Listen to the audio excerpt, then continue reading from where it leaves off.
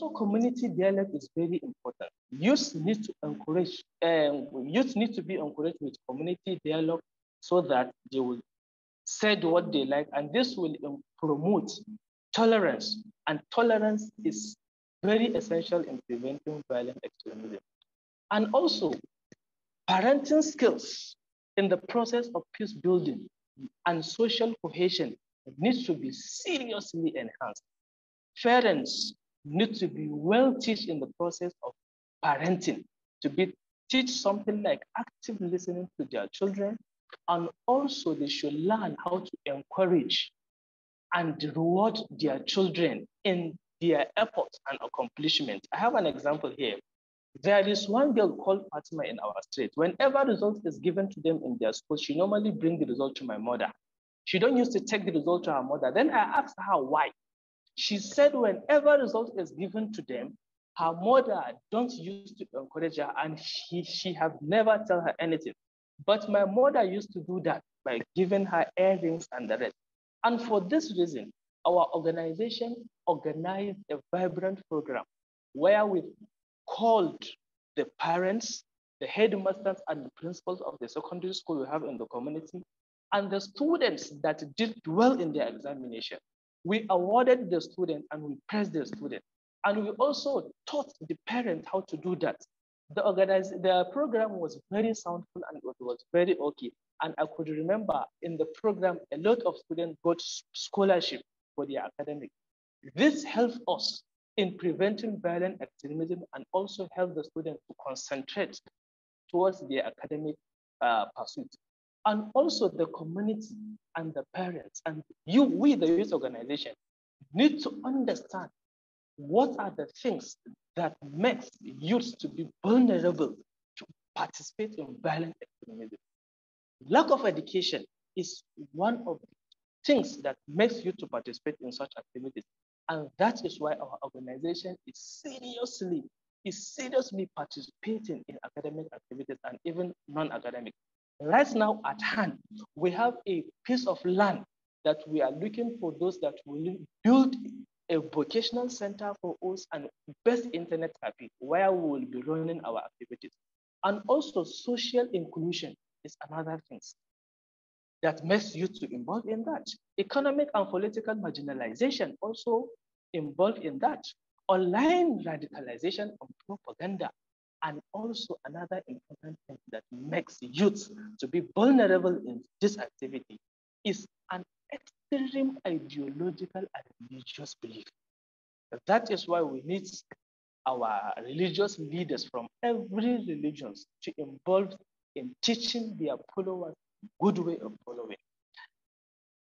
The lesson I learned, I could remember from youth-led action research we did, I learned that in the process of peace building, we shouldn't let one person to be left behind. Everyone is needed and is involved. For example, youths, they should be involved seriously. And also women, we shouldn't allow women to just stay stagnant, doing nothing in the process of peace building. I have a lot of examples that women followed in prevention of extremism that even some men couldn't do it. We did it. That is why most of even in our organization, I think the ratio of male and female in the organization, I can say is 1 to 1 or 50-50, because there are certain things that women cannot do. Therefore, we seriously encourage women to participate in peace building, especially when it comes to things like parenting, because we are males and females know much about parenting of younger children in order to bring an active youth to the community for the betterment of the community. Thank you so much, everyone, and I really appreciate being here. Yeah, thank you very much, Abubakar. Even from this distance, I can feel your energy, your zest coming through the, the screen. I really appreciate that energy, Abubakar, and I really continue wishing you well in the work you are doing in Kano State in Nigeria. For those joining the panel, we've just started with our first speaker, Abubakar Haruna Yusuf, talking about youth-centered approaches in preventing and countering violent extremism in the context of Nigeria. We'll be going to our second speaker, Rima Mikidadi, and then we'll have our third speaker, James Chapa from Kenya. Rima Mikidadi is from Tanzania. So Rima is a youth champion. And she's working very closely with communities and the security sector in supporting inclusive peacebuilding efforts in a community in Mtwara region in southern Tanzania. Rima is a member of the Tanzania Building Future organization, TABUFO. She's currently working as a youth champion in community efforts, strengthening community police relations in Mtwara, and she also volunteers in social development activities, such as increasing awareness and education amongst community members, particularly young women, in gender-based violence. I will say in Kiswahili, the lingua franca of Eastern Africa. Rima, karibu sana. Please share with us your experiences, your insights, your lessons in doing this work in about 10 minutes. Karibu sana. Asante Babu, nashukuru. Mtaniruhusu nitumie Kiingereza ama Kiswahili? Kama unaweza kutumia Kiingereza itakuwa ni afadhali kwa sababu wengi wanatumia Kiingereza. If you can, but if you mix it a little bit, then I will translate at some point. So go ahead. Yeah. Okay. Thank you. Briefly about Mtwara content and the role as a youth in prevention of the violent extremism work in Mtwara. Mtwara borders is the north part of Mozambique, in which known as the hub of violent extremism activities by the State of Islamic.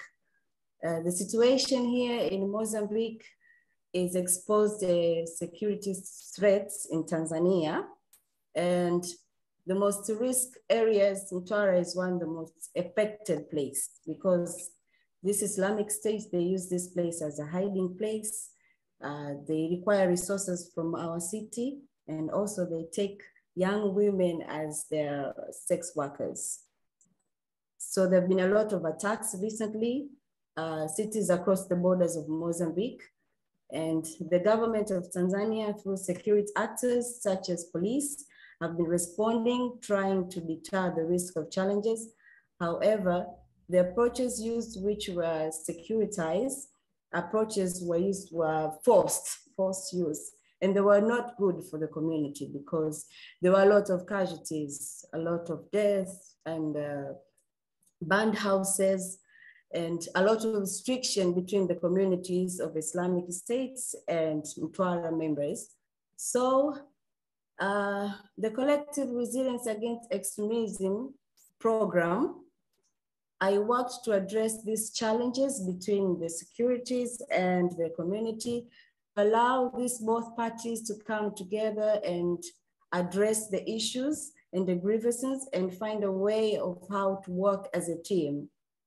And we have been trying to create a lot of meetings and share our knowledge as a youth champion. And I was in between. I addressed these issues of the community, how they perceive the society and the information, and how policies are to be run. So as a youth champion, at the beginning, I thought it is impossible to build the relationship because there were some policies that restrict us from working with the police. But thank God it was as easy as I thought it would be, because the program made us confident enough to reach the community and address them about the situation. And we managed to create some few programs and we analyzed how the situation was hard, and everything turned out well. So overall, as a champion, I would like to share my two main lessons in where I have been working addressing this violent extremism in our community. First, it was very important in addressing violent extremism to bring together both community and security sectors. The whole of society approach in Mtwara has been able to bring every actor in the table and make us all feel security issues are not for just the government. We are all to participate and share our views and engage in every situation, the process taken. And the second lesson is about building skills for security actors and soft skills on how to approach the situation, because police actors have been using a lot of forces acting upon this kind of violence, extremism. And we try to bring a resolution and how to solve the situation softly with some skills that it was really impactable. We managed to talk to them. Now we have something known as police kata in Mtwara, whereby these polices have now managed to create something where they come to the law community. Any issue is not supposed to be taken to the police center because the environment was not pleasing for the community. So we have created something known as police kata, where these members of the community, if they present their grievances to the police in their normal areas, their office. And this is one of the most, something that I have learned that it was easy for us to do. And lastly, the result of our engagement in Mtwara, the relationship between security actors and the youth has improved. This is a great extent to the views of the harassment towards the youth. Even the arrests are done now softly and more negotiable than before. And in a more professional way, they are more cooperative with the community right now. So it is very important for us to change practices and behaviors of security actors. Thank you very much. Thank you very much, Rima. We really appreciate the sharing about your work with security actors, the police, and the leadership, the local authorities at the kata level, the village level, or the ward level. We really appreciate. So for those just joining us, the session is youth-centered approaches in preventing and countering violent extremism. We've had two speakers already, Abubakar Haruna Yusuf from Nigeria and Rima Basesheikh Mikidadi from Mtwara in Tanzania. Coming up now is James Chapa. He'll be our final panelist before we open it up for questions, comments, and a good conversation with those who are here.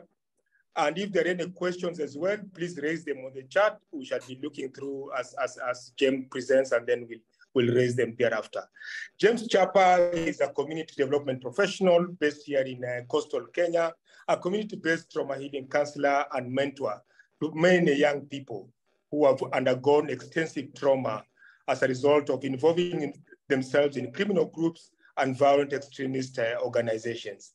James currently serves as Program Officer of Muslims Women Advancement of Rights Protection based here in the coast, and he has implemented quite a number of youth and community-focused trauma-informed initiatives here, which are aimed at increasing the resilience of young people, young leaders against violent extremism by addressing issues of compounded stress or complex trauma amongst these at-risk individuals.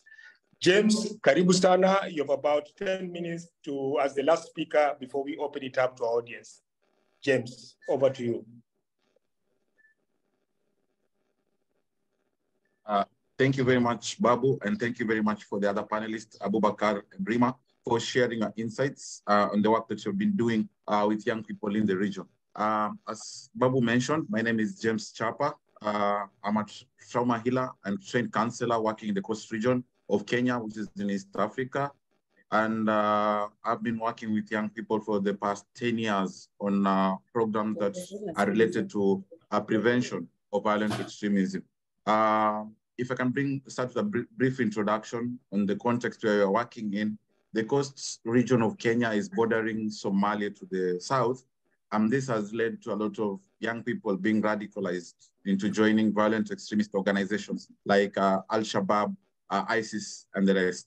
For the entire coast region, from Kwale, Mombasa, Kilifi, Lamu, and Tana River, there's a lot of radicalization and young people being recruited into joining violent extremist organizations. That's not the only challenge that young people face in the coast region, but also issues to do with unemployment, historical injustices that the coast region has undergone through from the government since independence have been drivers of young people to join violent extremist organizations. Radicalized preachers is another element that has brought a lot of young people being recruited or radicalized into violent extremist organizations.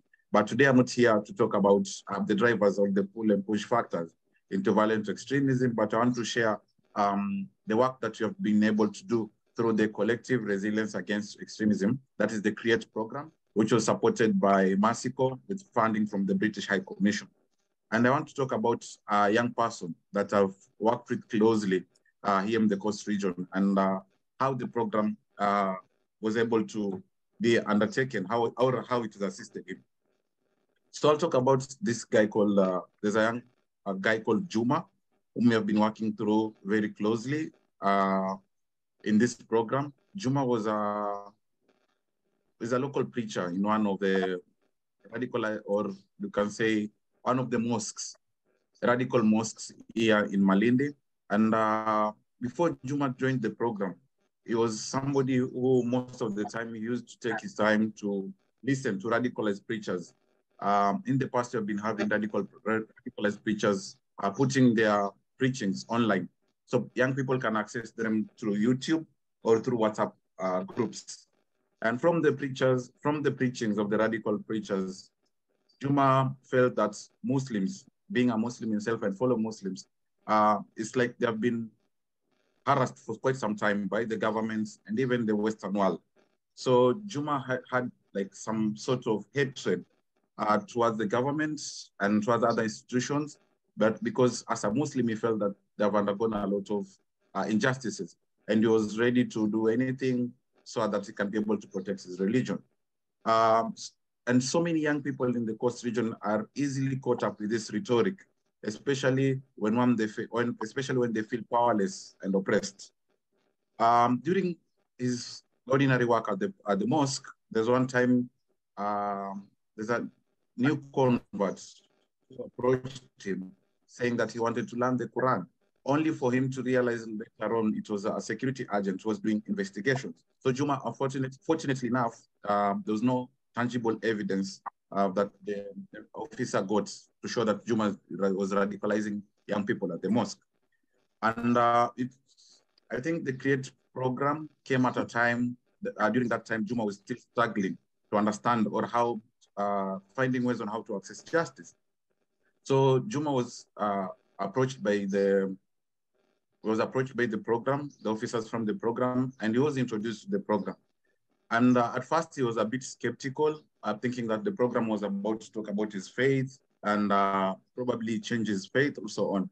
But he was introduced to the program, and he was told it's not about changing his beliefs, but it was about empowering him and other young people in the community. So through the program, Juma was taken through mentorship sessions. He was linked to a mentor from the community, like myself.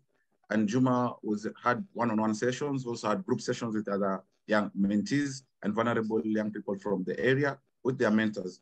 And through the sessions, they were able, the critical thinking skills were developed, also the decision-making skills, as well as goal setting, for them to be able to see what do they want to achieve in the next 5 years, 3 years, what do they want to achieve with their lives.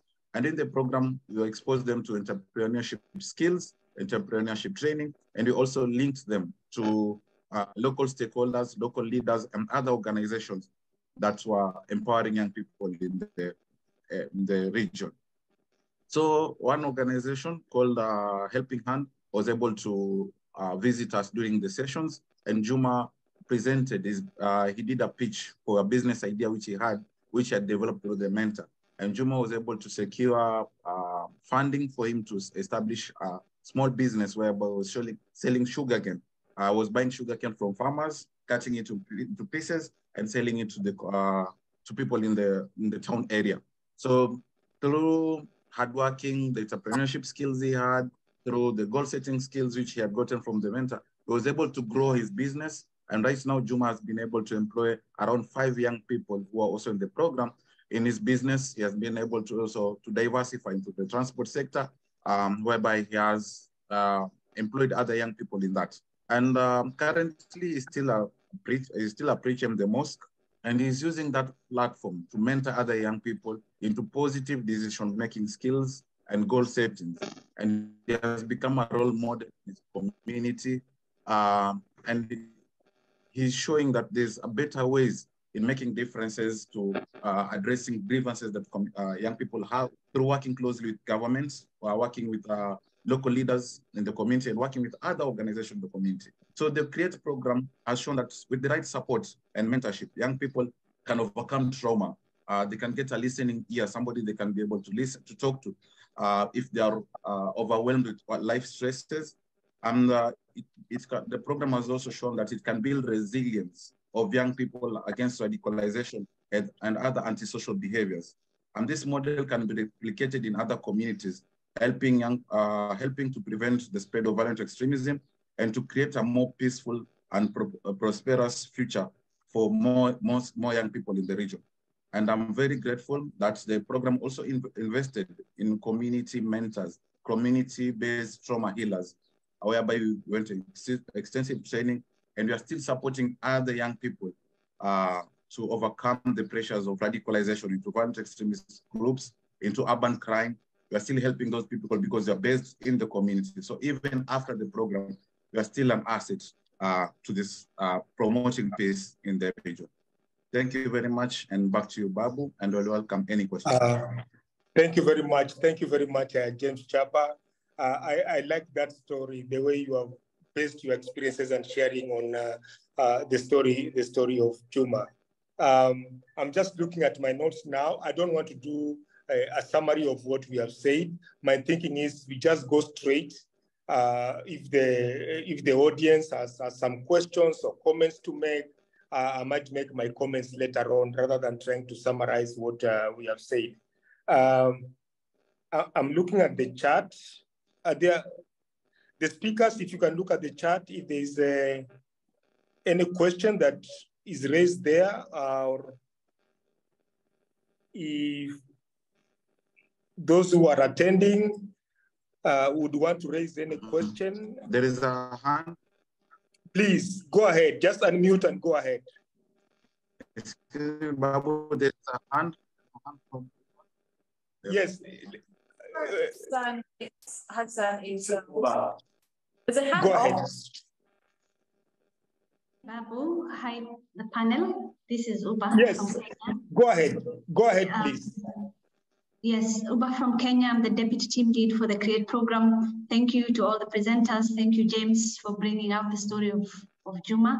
I think also James didn't mention that Juma was critical in terms of setting up a permaculture demonstration site that we established with one of our local partners in Malindi, in coastal Kenya.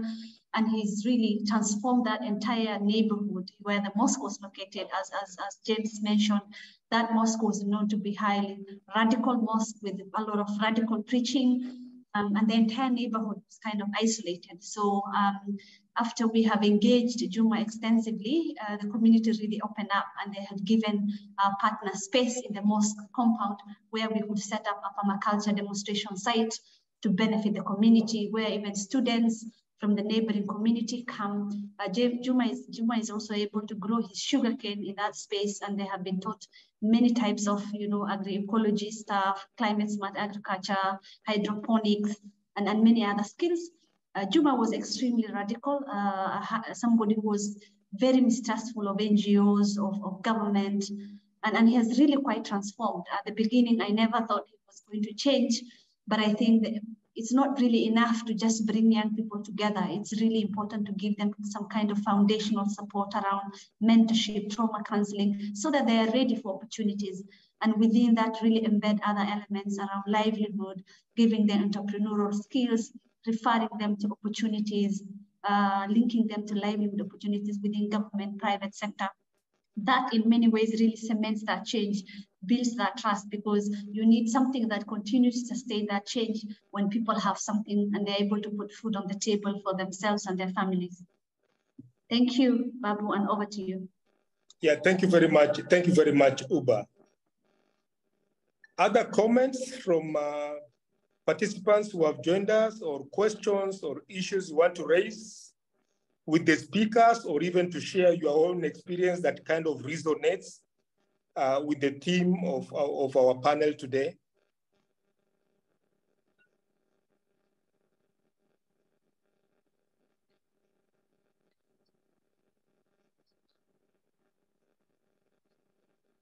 While we are waiting for our participants to formulate their thoughts, Abubakar, I wanted to follow up on the youth-led action research.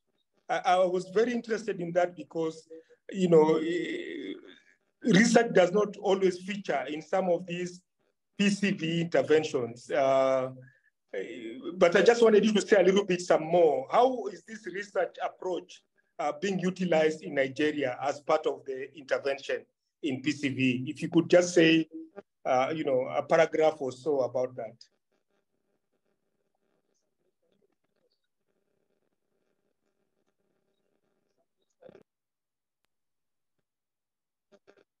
Abubakar, if you are, did you hear? Yeah. Abubakar, you're on mute.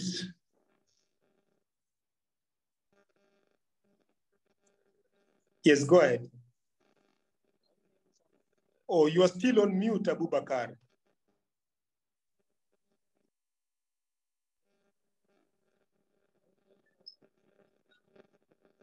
Still on mute.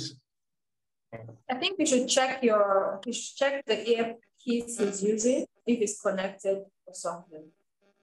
Yeah, Abubakar, would you like to disconnect the earpiece? I'm told that might help.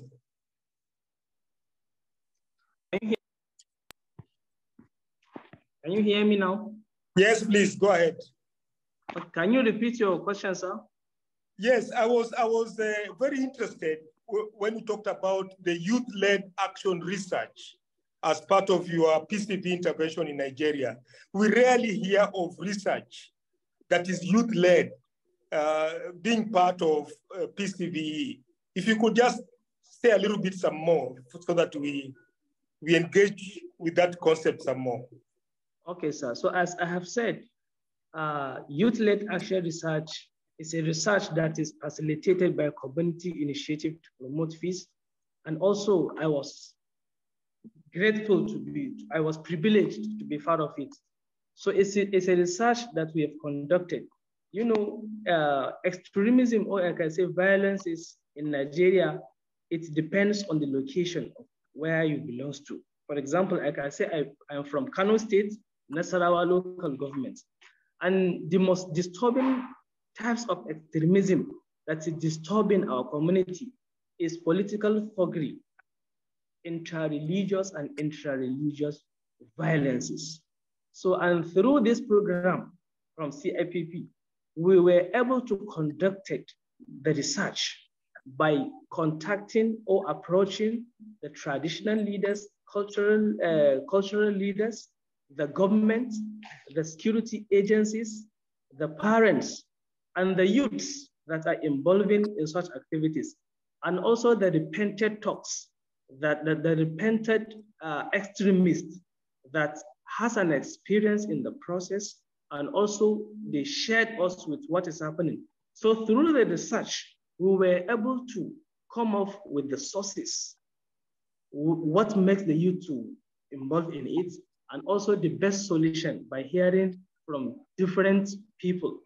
And also through this research, I was exposed and I was capable in leading a team to conduct a similar research that we were able to solve so many issues. The recent one we did as a result of youth-led action research we learned from SIP is there was an issue related to Bet Niger in Nigeria, which causes destruction of people's properties and injuries to some people. So we were able to conduct a similar research with the one we conducted through the facilitation of CIPP, to conduct a similar research by contacting the youths that are involving in Bet Niger, their parents, the peoples, the stakeholders of it, the security agencies, and everything. So through the research, we were able to come up with a solid point that can be used in preventing such activities. And trust me, about 50 to 60% of cases that causes extremism related to Bet Niger is now reduced as a result of this research. So, and we are still using this research as a mechanism of preventing violent extremism in Nigeria. Thank you so much. Yeah, thank you very much, Abubakar. I have a question for Rima, but before I ask Rima a question, I can see that... Yeah, Babu, yeah, this is David. I just wanted to, if I can supplement on what Abubakar is talking about, youth-led action research. Please. Yeah, so as Abubakar has explained, this research was led by youth themselves, combing communities and interacting with communities over a very long period of time. First and foremost, that gave them a lot of contact with the community and created that rapport between them, the youth, and the community themselves, where they come from. They were able to lead those processes, engage communities, and create that trust. In the end, what happened was that they were able to identify the activities that they can do on their own, in their own communities, and they've since gone back to do sensitization on critical issues that they've identified in those communities. Ranging from PCV issues, ranging on political thuggery during elections related issues, drugs, most of those things actually are drivers of PCVE. The other aspect is they paid courtesy calls to various government offices.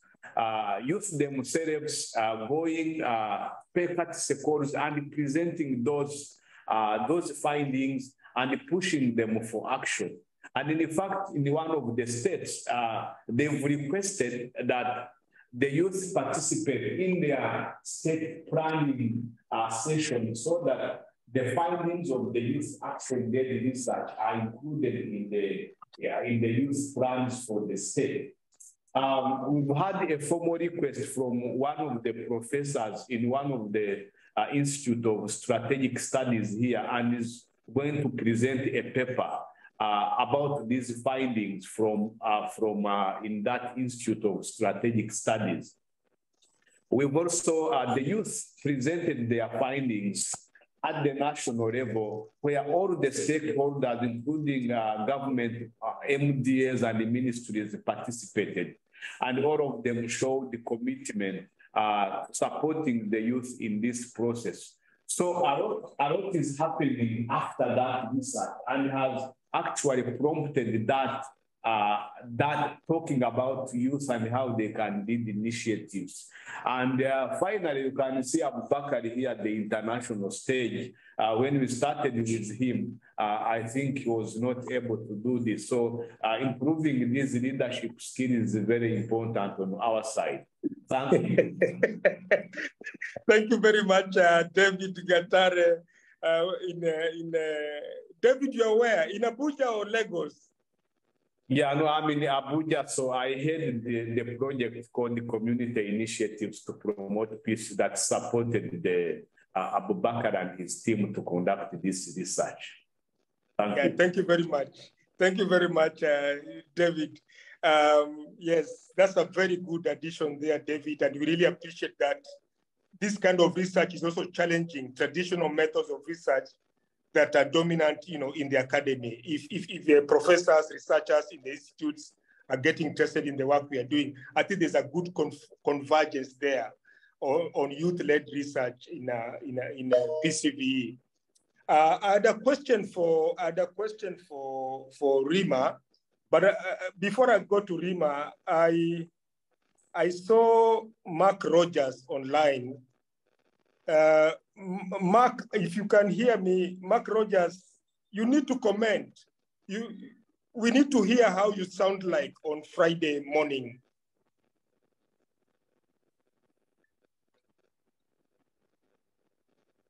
Mark, if you can hear me. I can hear you. It's a very early Friday here. What can I do for you? No, I just thought that with all your experience in research, in peace building and also in this area, some comment from you would be helpful in furthering the conversation. I'm very encouraged to hear about action research, and particularly youth-led action research. I think that's the path we all need to be on. So I'm encouraged by what I've heard this morning. Yes, thank you very much, Mark. Rima, if you are there, you talked about the securitized approach versus the whole of society approach in Tanzania. I just wanted you to comment a little bit some more. What are the limitations of the securitized approach? Why is it necessary to involve young people in community policing as an approach to preventing violent extremism? Rima?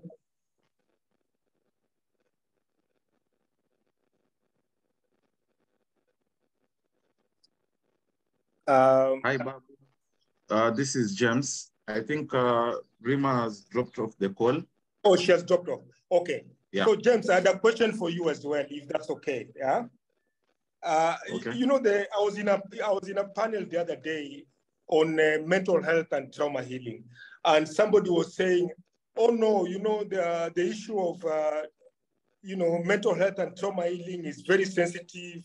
It requires specialized approaches. You need your certificates in counseling. And this whole idea that we are all doing trauma healing in the community, we might be doing more harm." What is your comment? What is your experience around this, James? Thank you very much. I think I can see Uba's hand is up, but I'll present and then she can add on that. I can say it's true. The issue of mental health, it's a trending discussion in various platforms, from health to peace building, because from my experience working in prevention of violent extremist work, some of the issues that we are dealing right now, you should do radicalization. If you go to the root causes of them, some of them are somehow contributed to issues to do with mental health. And mental health is not the extreme mental health conditions that we can think about, like schizophrenia or such things, but issues to do with stress and compounded trauma. Probably in the issue to relating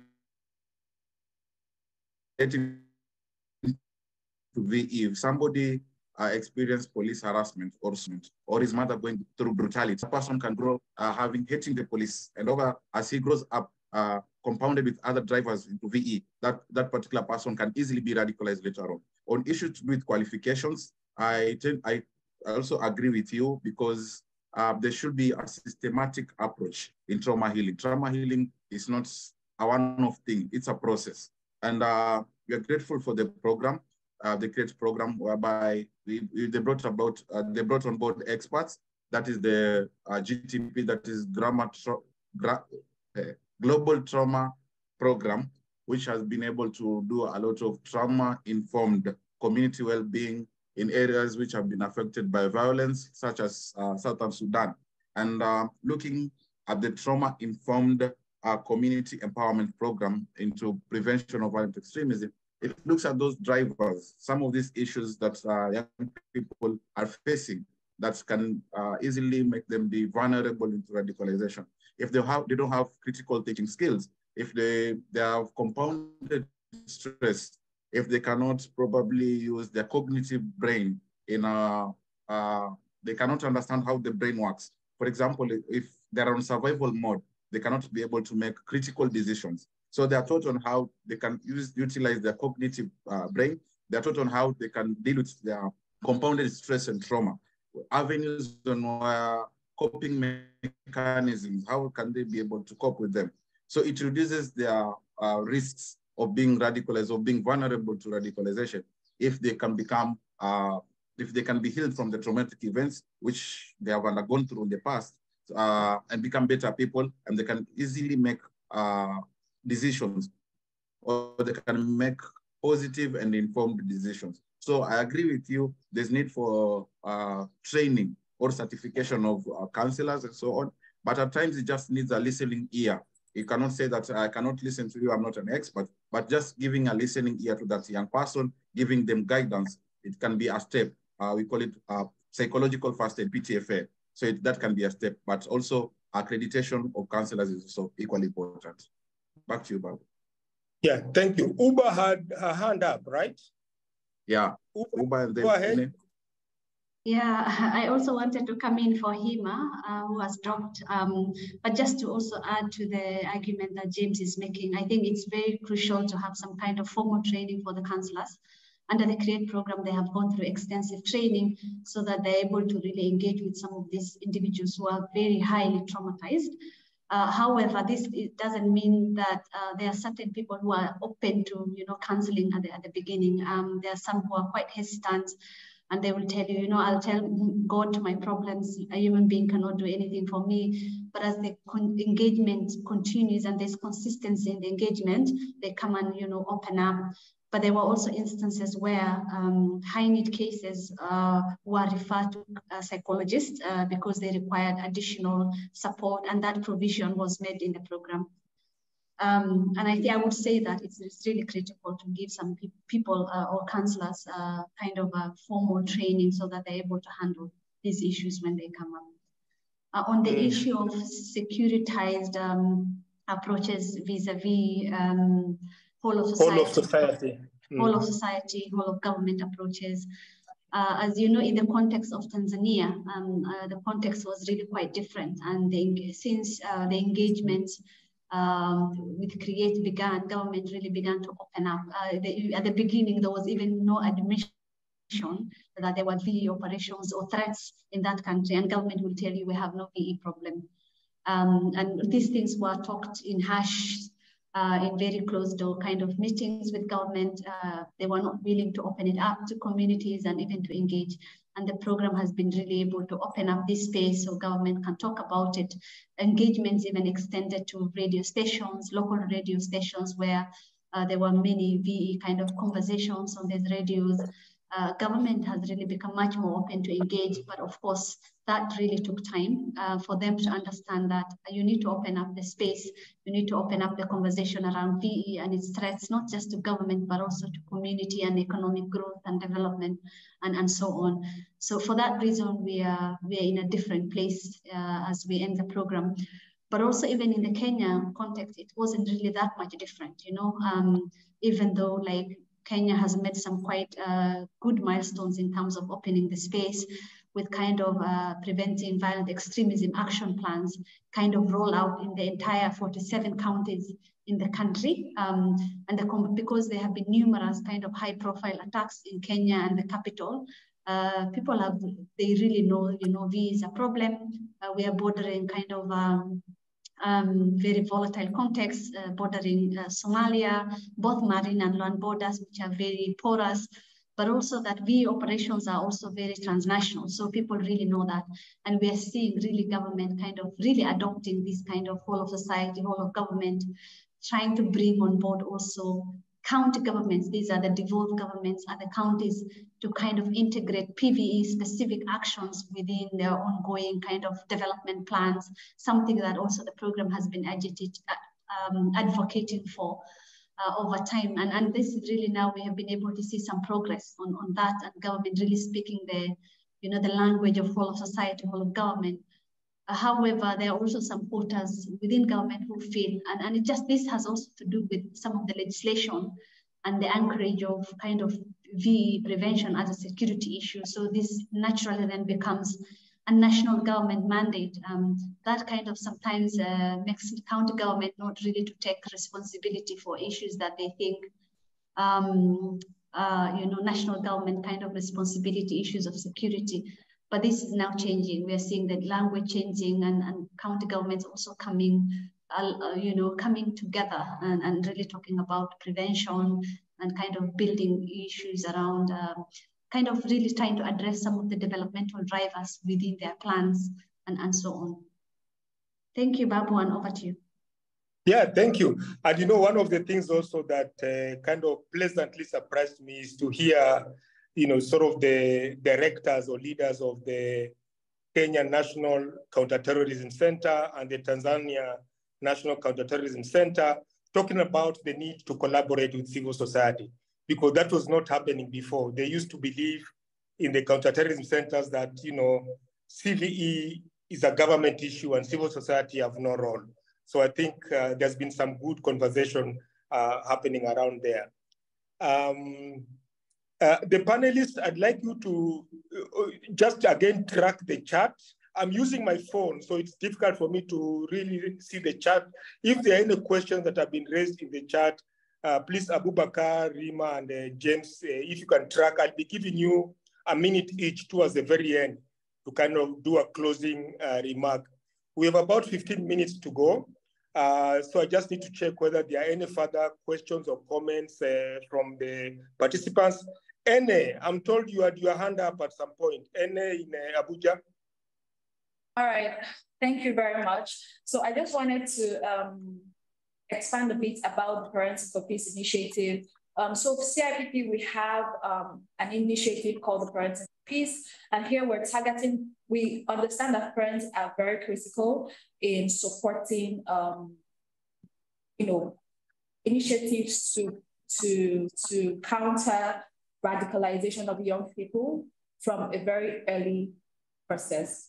So for CIPP, we engage with parents, conduct trainings for them to understand and to point out early signs of radicalization, both parents and children, of course, to see how to improve their relationships with their children, to be able to understand, when they are beginning to show signs of radicalization, and things that would tell you that this child is beginning to act the way they are not supposed to act, or just notice things that would help you identify when they are going off the line that you have put them on, and also strengthen relationship, help you to get them to be free enough with you to share their burden, share their issues, and even get to know who their peers are. So from this Parents for Peace initiative, and also for the youth work that we're doing in CIPP, we have the Youth Peace Cohort.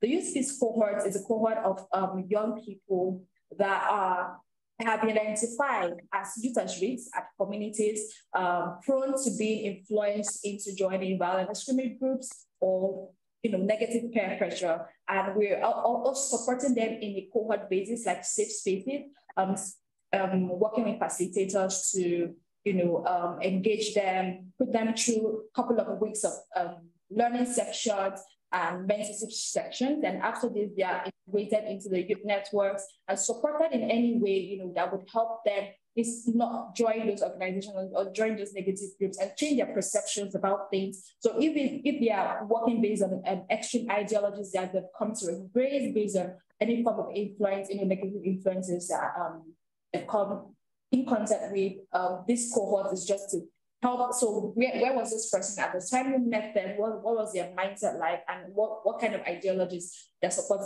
violent extremism were their leaning towards? And then after this period that you have engaged with them, what are the changes that you have seen? Basically, it's focused on behavioral change and mindset reorientation. So that's something that CIP is doing around Peacebuilding. Yeah, thank you.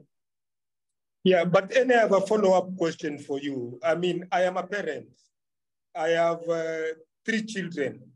All of them are above 18.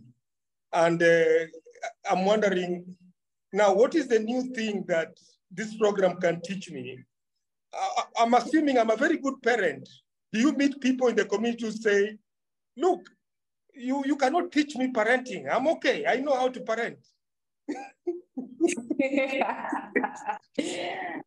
So I think it's also the approach that we use to select, these parents. So we work very closely in our selection processes. We work very closely with the community structure, the community leaders, the local government, those people within the communities that are already like stakeholders within our programs to even identify the right people to engage with, people that are even facing these problems at the first place. So I think the most important thing is even having the right participants in that engagement, right? Who are the parents that are actually facing these problems with their children, and what are you going to do to support, that mission? So yeah, so that's it. Thank you, Ene.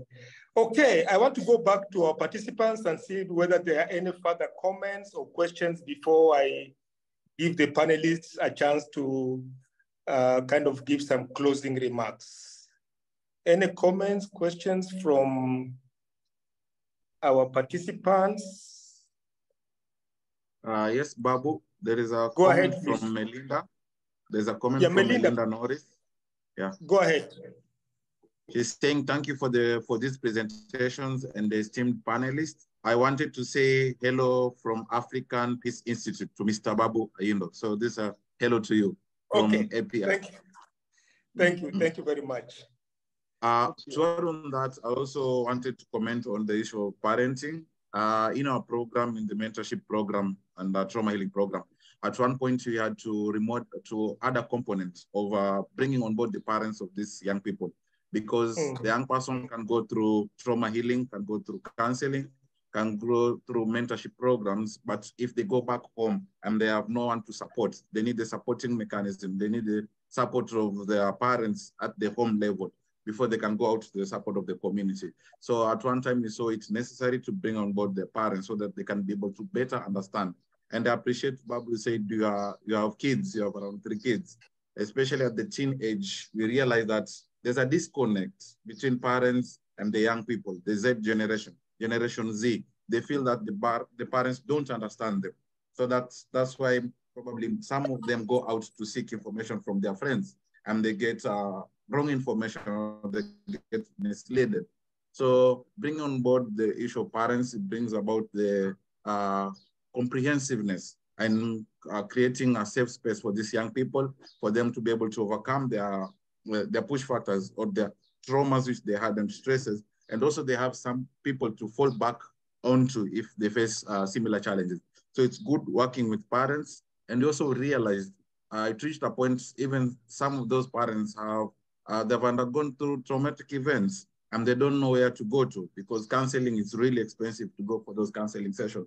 So they were actually even requesting some of them to be part of the program so that they can go through the trauma healing. So I think it's a component we need to have, like a holistic component, a package to assist our young people from joining VE. So I think I can see Uba's hand is up. I think she has, she has something to add. Over to you. Uba, go ahead, please. Yeah. No? Lenny, my network is not that stable, so I cannot have my video on for Lenny's answer. Go ahead. Yeah, just to add to that point on the parenting and the involvement, at the beginning of the program, really, we didn't have any kind of engagement at the very beginning, but later on, we had to build in some specific activities that were targeting or bringing parents on board. And we had some kind of dialogue sessions built into the partner work plans, some engagements with them. This was mainly because at the beginning we had, when we were onboarding the at-risk groups or individuals at the beginning, some of them had to, did not show up for sessions or not come. And later on we learned that they dropped out. This again is, really mistrust for anything to do with NGO or government, or really parents feeling that, from previous experience, my son or daughter is on government radar, they are going to disappear, because there have been many cases of disappearance. At that point, we said, let the parents come for the sessions, because we were not really selling this program publicly as a as a PVE kind of program. We're talking about youth empowerment program. So there were no like talking about prevention of violent extremism, because this was going to kind of discourage young people that we're trying to bring on board. And also because the program was low visibility, we are not publicizing our work or giving out data of individuals we are working with. That has really enabled us kind of build significant trust and have parents come on board. And they were very supportive, and some of them have actually been very key in terms of referring young people to opportunities. Some of them have been able to provide testimonies of the changes they have seen with their young, with their children at home, and so on. And as we went on, we felt that it was really critical to have specific activities that bring parents on board, and not just to have them as supporters at home, but actually coming in for certain sessions, especially those ones, young mentees who had been from broken families or had relationship challenges at home, because that was kind of inhibiting change over time. So it was crucial to bring their parents on board as well. Thank you. Yeah, thank you very much, Uba, for that. I think that's really important, that functioning in an environment where the securitized approach is still a challenge. Some people within government or security sector would still feel the solution for this is to use other means rather than, the whole of society approach, social cohesion, building families, building communities. And the point I think all the panelists have made is really we prevent and counter violent extremism within families, within relationships, within communities, whole of society, rather than letting individuals, do different things and, be confronted by different authorities. Okay, unless the other comments from our participants in this panel, I would want to invite the panelists to just take a minute and offer final thoughts. What are our final messages to the world? Because this session is being recorded. If you could just give final thoughts in 1 minute, starting with Abubakar and then Rima, and then we end with James. So Abubakar, final thoughts. Okay, can you hear me now, sir? Yes, please.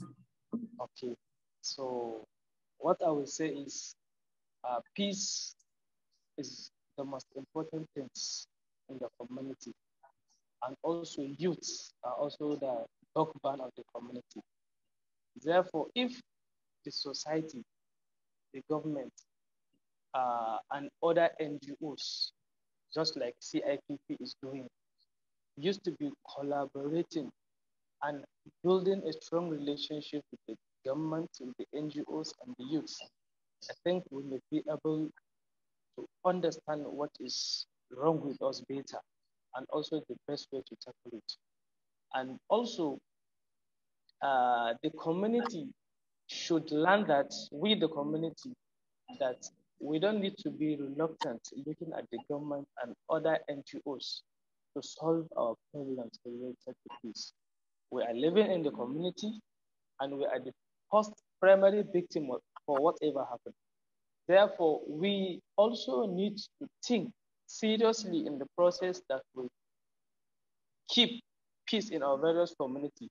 And also, the government should come and collaborate. We shouldn't just be looking at the government, or at least we do something, no matter how little it is, that will help stabilize peace in our various communities. And I also do hope that with or without Mexico, our program of peace sustainability, peace building, conflict resolution will continue even without support funding from CIPP. We should be able to do it by ourselves. I wish everyone all the best, and I wish peace to exist in our various communities. Thank you so much.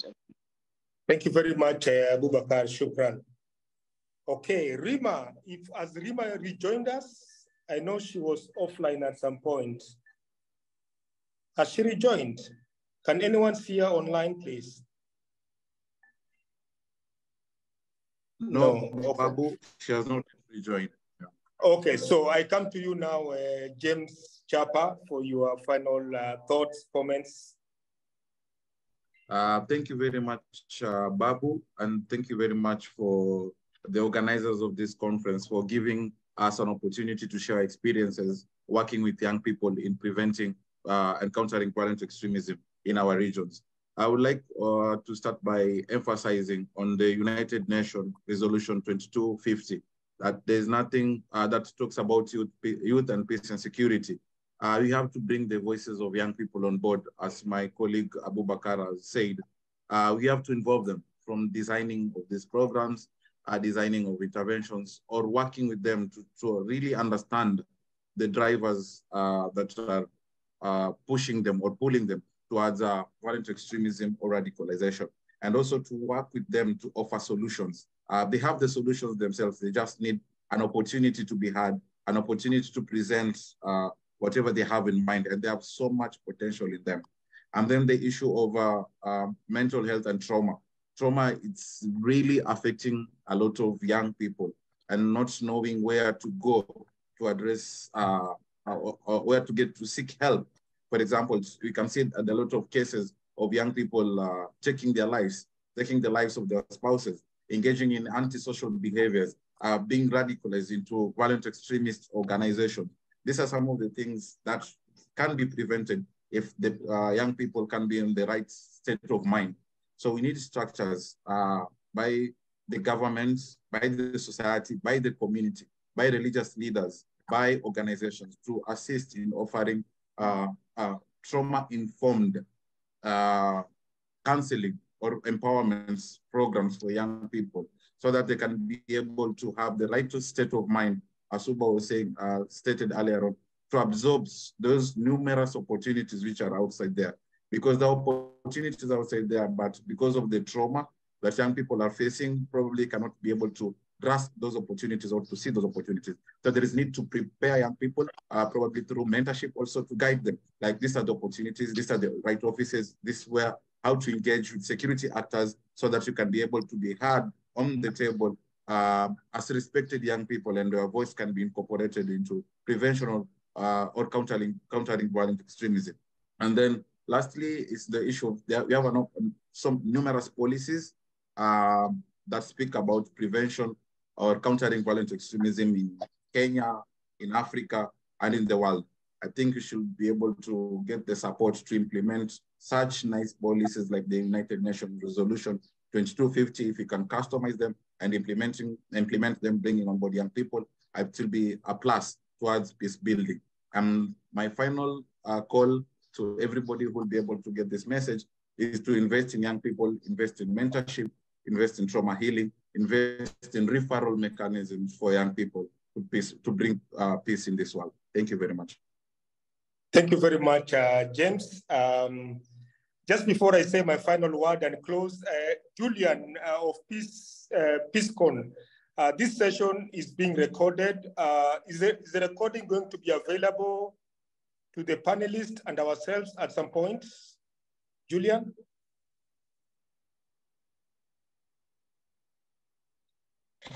Yeah, thank you, Babu.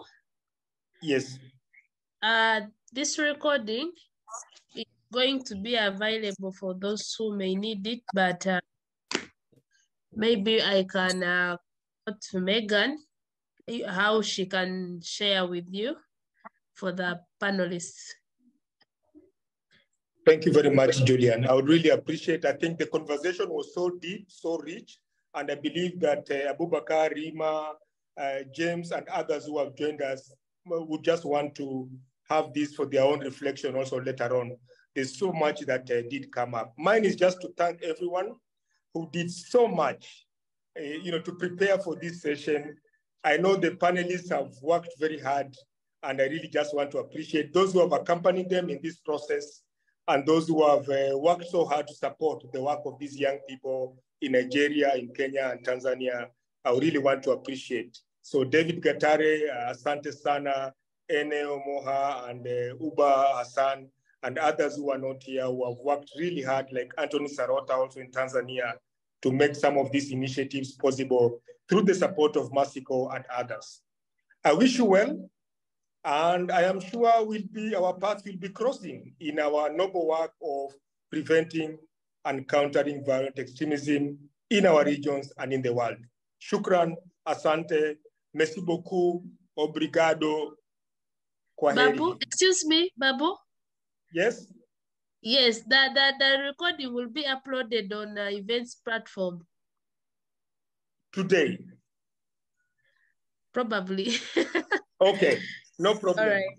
Okay. Thanks very much for the information, Julian. Bye-bye. Bye-bye, everyone. Asante.